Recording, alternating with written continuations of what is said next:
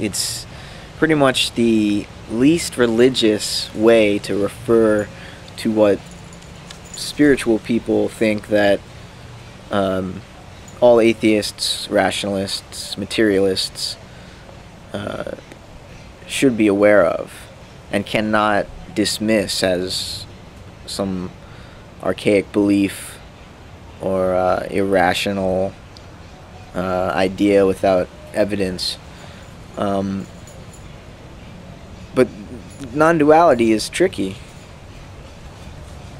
because you can only ever presuppose it, and so whenever you try to engage it in a linguistic way, you can only ever exemplify it.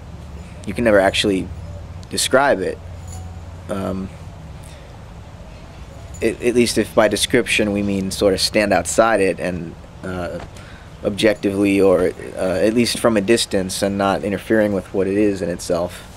You can never stand outside and describe it in that kind of a way. If by description we only mean something more along the lines of poetry or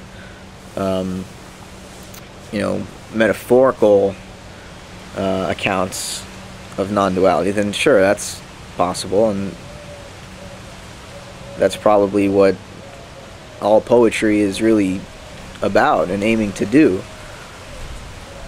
It's trying to show you the magic or mystery inherent in a particular event, and show you how the whole universe is present, even in the smallest scale of activity. Everything is recapitulated. That's why reality, I think, is like a fractal. Has no beginning, no ending. Time is a way of spatializing change, like as though it had a beginning and an end, and we can measure the points in between. But time isn't a quantity like that. Time can't be counted, because the universe, as it has existed, has never been stable. It's never been still. There's no such thing as right now between a past and a future. There is only a continual rush away from the past towards the future, never an arrival anywhere. So this idea that time is made of quanta, of packets of what? Energy? Because it's space and matter that have energy. We don't think of time as having energy. Time is another dimension entirely. So it can't be quantized. There can't be an amount of it. Time, if we want to look for it in our experience, is just change. It exhibits certain patterns. It is often spontaneous, meaning novel things emerge in time which we couldn't have predicted based on patterns we have seen in the past.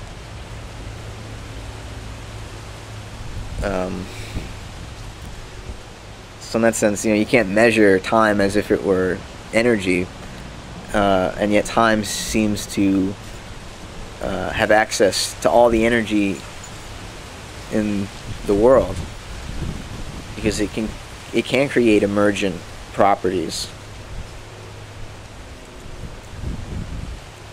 It can leap to higher states of complexity in a universe which, when measured physically, seems to be running down, seems to be obeying the laws of thermodynamics and entropy. Even in a physical universe like that, time can cause life or organisms to run up, to become more energetic, more complex. And I guess when we try to talk about non-duality, we're talking about time. But we're trying to talk about time in a non-spatialized way, in a way that doesn't quantify it and separate a past from a present from a future. When we discuss time in the context of non-duality, we're talking about eternity. And then this is where we run into problems, because the story goes that, you know, we, or I, and everybody else, we're all individually created subjective beings who are in time. Literally, their lives, their birth, and their death, and everything in between is subject to the passage of time, because our bodies change as time goes on, and we notice it. So the problem is, how is a being like that supposed to have anything worthwhile to say about eternity? And that's why gurus are an interesting phenomenon. You know, spiritual teachers, people that just somehow make their living telling other people what life is, or, you know, just talking about non-duality. And the reason gurus are interesting is because, you know, how do you tell a charlatan from a genuine, compassionate person, or, you know, bodhisattva in the Buddhist terminology, someone who's really, truly trying to enlighten?